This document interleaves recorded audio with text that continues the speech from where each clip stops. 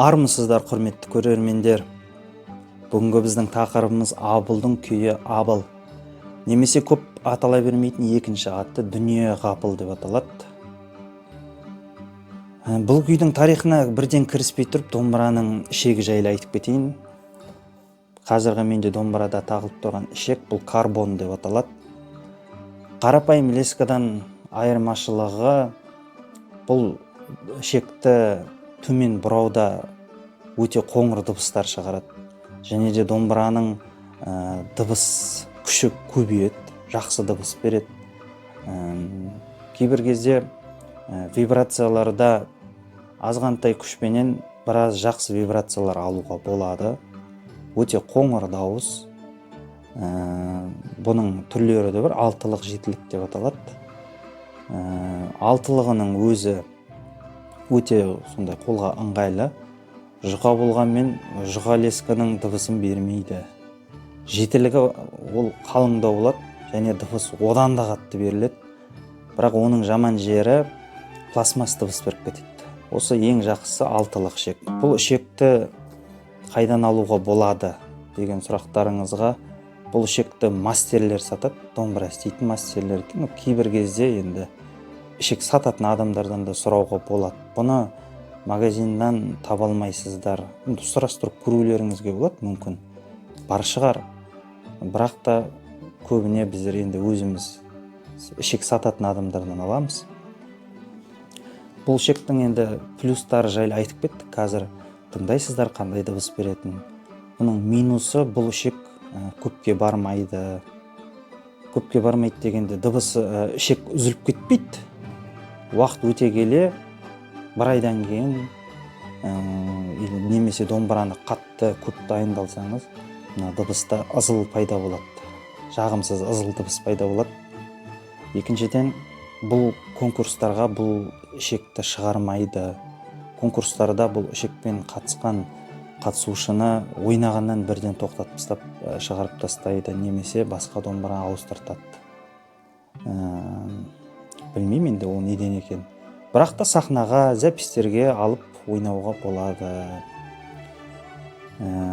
Содан кейін бұл ішектегі келесі қиын несі, жаңағы домбыраларда түрлі түсті қағыстар бар. Соның ішінде триоль деген қағыз кішкене қиын алу мына ішекте.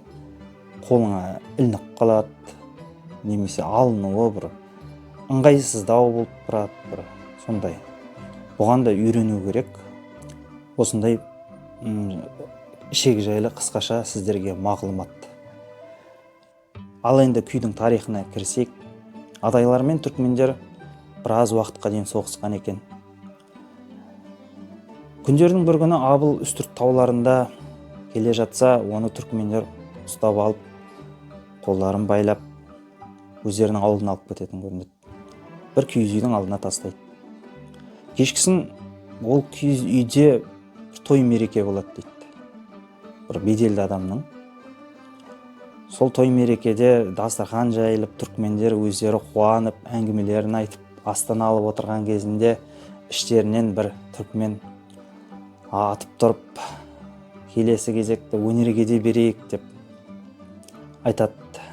Жалпы мына адай халық, жауынгер халық дегенмен де олар тек соғыспай, және де мықты өнер иелері. Сол адайлардың ішінде осы Абыл деген күйшіні естіп едім, содан қолынан сабақ алдым деп өтірік айтып, соның күйін сендерге орындап берейін деп күйді ал жіберіп ойнап бастайды дейді. Сол кезде Абыл күйді бітпей тұрып, доғар анауыңды деп ашуланып сөйлейтін көрінеді. Сонда бүкіл түркмендердің назары Абылға аударылып, Абыл қарап тұрып, мені қинасаңдар да күйді қинамаңдар деп айтқан кезінде жаңағы сазгер ашуланып, жаман қазақ сен не білесің деп жаңағы келіп ұрайын деп жатқан кезінде сол ауылдың ақсақалы айтады дейді, қолы байлаулы адамды ұруға болмайды деп. Дегенмен де бұл кісі жай ғана адам емес шығар, сені тоқтатқанына қарағанда. Қолын шешіңдер, мүмкін бұл күй ойнап берер бізге деп қолын шешеді.